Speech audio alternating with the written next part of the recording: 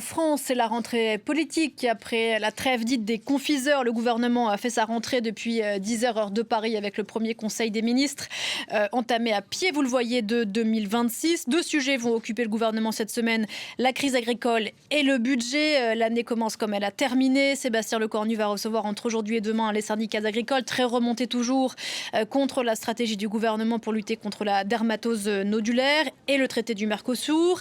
Et puis l'autre sujet de la rentrée, c'est le budget, puisque pour l'instant, c'est la loi spéciale qui permet c'est la loi spéciale qui a été promulguée, mais la France doit bien se doter d'un budget avant la fin du mois de janvier. Les travaux reprennent jeudi en commission à l'Assemblée nationale. Bonjour Flore Simon. Bonjour Pauline. Au-delà des sujets que je viens d'évoquer, il y a un poids lourd qui va s'imposer dans le débat politique en ce début d'année. Ce sont les municipales qui vont avoir lieu au mois de mars. Oui, tout à fait. Et l'enjeu pour les partis politiques, c'est bien sûr l'implantation. Alors, si on regarde un peu tous les partis politiques en présence, toutes les forces en présence, concernant le Parti socialiste et la droite, ce sont deux formations politiques qui sont plutôt bien implantées en France et notamment dans les grandes villes.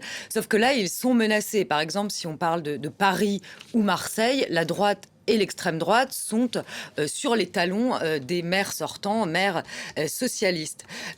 Donc, en ce qui concerne, ça va être intéressant de voir ce qui va se passer, notamment dans ces grandes villes. Et parenthèse, Pauline, ce qui va être intéressant de voir, c'est, imaginons par exemple, au second tour, si on a un candidat du Rassemblement national face à un candidat socialiste, que vont décider les Républicains?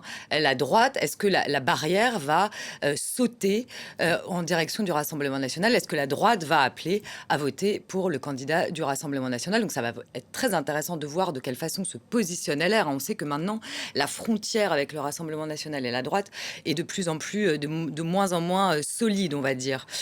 Pour d'ailleurs, ce qui concerne le Rassemblement national, c'est une année cruciale. Le parti de Marine Le Pen écrase tout dans les sondages concernant la présidentielle. On est autour de 34% des intentions de vote au premier tour, et ce depuis des mois. Alors on va voir si le raz-de-marée est le même pour les municipales. Le Rassemblement national, il a quand même besoin de prouver qu'il peut s'implanter localement, parce que ça lui permet quand même une crédibilité en plus, une assise en plus pour la présidentielle de 2027. Le RN a d'ailleurs déjà investi 600 candidats pour ces municipales.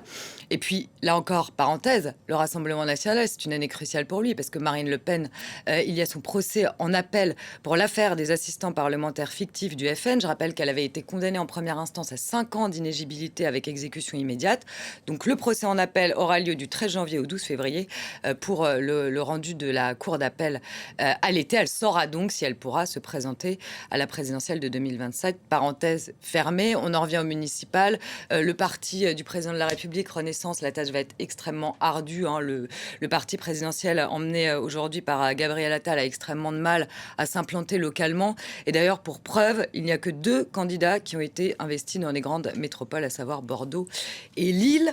Du côté de la gauche, les écologistes pourraient être les grands perdants de ce scrutin de 2026. Les écolos qui avaient raflé pas mal de grandes villes en 2020.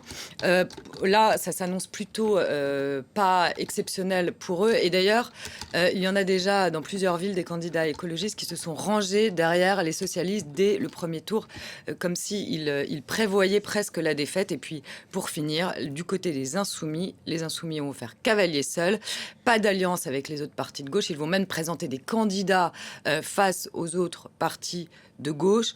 Ils veulent se faire une place localement. Et pourquoi, Pauline? Parce que LFI voudrait faire son entrée au Sénat, puisque en septembre, il y a le Sénat qui est renouvelé de moitié, et c'est les conseillers municipaux qui élisent les sénateurs. Et LFI, qui n'a aucun représentant, aucun sénateur au Sénat, pourrait donc faire son entrée à la Chambre haute.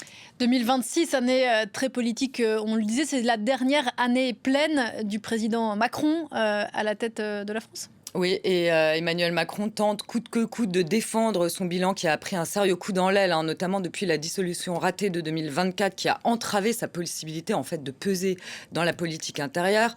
Le président de la République a quand même dû se résigner l'année dernière à renoncer à sa réforme majeure de son second quinquennat, c'est-à-dire la réforme des retraites, puisqu'elle a été suspendue au prix de la stabilité politique, et ce n'est même pas dit qu'elle dure. Alors le bilan économique, bien sûr, a sérieusement aussi entaché l'image du président de la République, hein, la dette qui s'envole, le déficit qui plonge.